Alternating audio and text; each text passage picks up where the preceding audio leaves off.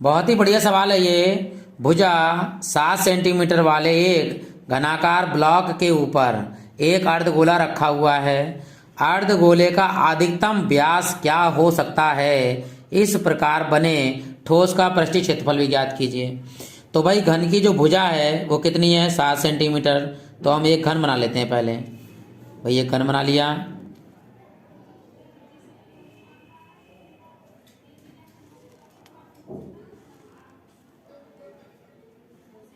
ठीक, जिसकी प्रत्येक भुजा 7 सेंटीमीटर है। लगा दीजिए भाई 7 सेंटीमीटर यहाँ भी, 7 सेंटीमीटर यहाँ भी और 7 सेंटीमीटर यहाँ भी। ऊंचाई लंबाई भी 7, चौड़ाई भी 7 और ऊंचाई भी 7। अब इसमें कह रहा है कितना अधिकतम व्यास हो सकता है। तो भाई हमने ये अर्धगोला इस तरह से बना देंगे। इसके ऊपर इस तरह से रखा हुआ, जो रखा हुआ इस तरह से है। ठीक, ये रख दिया इसके ऊपर, यहाँ इस तरह से अर्धगोला रख दिया पूरा पूरा। ठीक, अब ये अर्धगोले का व्यास कितना होगा भाई? जितनी इसकी भुजा होगी 7 सेंटीमीटर, ये पूरा पूरा ढकेगा इसको, तो ये 7 सेंटीमीटर इसकी भुजा हो जाएगी। व्यास मतलब व्यास। तो यहाँ लिखेंगे अर्धगोले का जो व्यास होगा वो होगा घन की भुजा। घन की भुजा, घन की भुजा कितनी है? 7 सेंटीमीटर।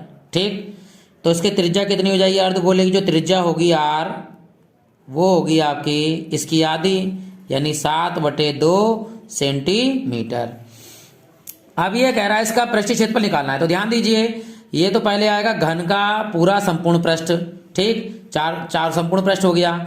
उसके बाद आएगा अर्धगोले का वक्रपृष्ठ, ये ऊपर वाला भाग। लेकिन एक चीज याद रखिएगा, जो अर्धगोले का जो आधार होगा उसने इस क्षेत्रफल को ढक लिया है, तो वो घटाना भी होगा। ये याद रखेंगे। देखो मैं फार्मूला लिख रहा हूं और इसको आप बहुत अच्छे से याद कर लेंगे। क्या कि पृष्ठीय क्षेत्रफल जो बनेगा इस आकृति का, यानी इस ठोस का, ऐसे लिखेंगे बने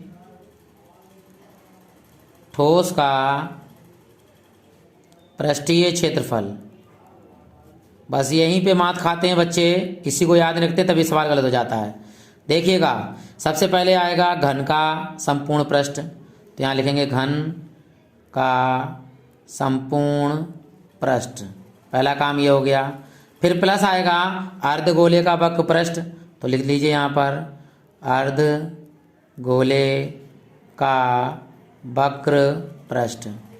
अब एक काम तो याद रखिएगा, जब हम कोई अर्धगोला यहाँ रखेंगे, ध्यान दीजिएगा, अर्धगोला जब हमने यहाँ रखा तो ये अपना जो आधार होगा, इसका जो आधार का भाग होगा वो एरिया ढक लेगा ये, यानी वो कम हो जाएगा।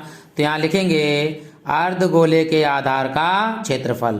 तो यहाँ लिखिए अर्धगोले के आधार किसके आकार का होता है? अर्धगोला वो होता है वृत्त के आकार का, अर्थात वृत्त का क्षेत्रफल, अर्धगोले के आधार का क्षेत्रफल। बस इतनी चीज आपको घटा देनी है, यानी ये घटेगी जुड़ेगी नहीं, वो मैंने गलत निशान लगा दिया, इसके लिए क्षमा प्रार्थी हूँ। तो यह माइनस लगेगा, घटेगा ये। अब लगाते हैं फार्मूला। घन का जो संपूर्ण पृष्ठीय क्षेत्रफल होता है वो होता है 6 गुणे भुजा स्क्वायर।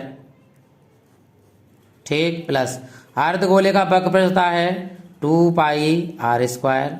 और वृत्त का जो क्षेत्रफल होता है वो घटेगा, फिर से लगा दी निशान, गलती हो गई, ये घटा लेंगे आप। वृत्त का क्षेत्रफल यानी πr²। अब यहाँ देखिए ये 2πr² है, ये 1πr² है, तो 2πr² में से 1πr² घटेगा तो केवल πr होगा। और यहाँ लिख देंगे 6 गुणे भुजा, भुजा का मान है 7 का वर्ग, यहाँ लिख देंगे प्लस 2πr² में से 1πr² जाएगा तो बचेगा πr²।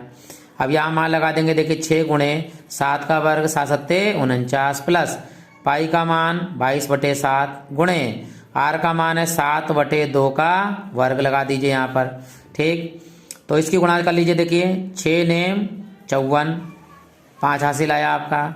6 चौक 24, 24 और 5 कितने हो गए? 29, यहाँ लिख दीजिए प्लस 22/7 गुणे 7 सत्ते 49 बटे 2 दूनी 4। तो 7 से काट लीजिए, 7 सत्ते 49 और 2 से काटेंगे 2 दूनी 4 और 2 एकम 2, 2 एकम 2। यहाँ हो गया आपका 294 प्लस ऊपर आएगा 11 सत्ते 77 और बटे 2, भाग कर लेंगे हम। देखिए 294 प्लस 2 से काटेंगे, देखिए 2 तियाँ 6, 1 इधर चला गया और 2 अट्ठे 16, 1 बचा, दशमलव लग गया, 0 आ गया, 2 पंजे 10। तो ये हो गया आपका 38.5।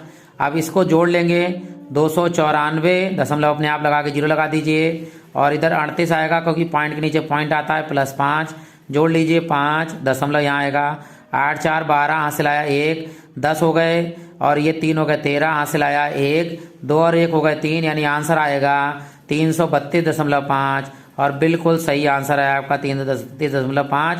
और परिचय क्षेत्रफल आता है स्क्वायर में तो सेंटीमीटर स्क्वायर कर सकते हैं या वर्ग सेंटीमीटर लिख सकते हैं।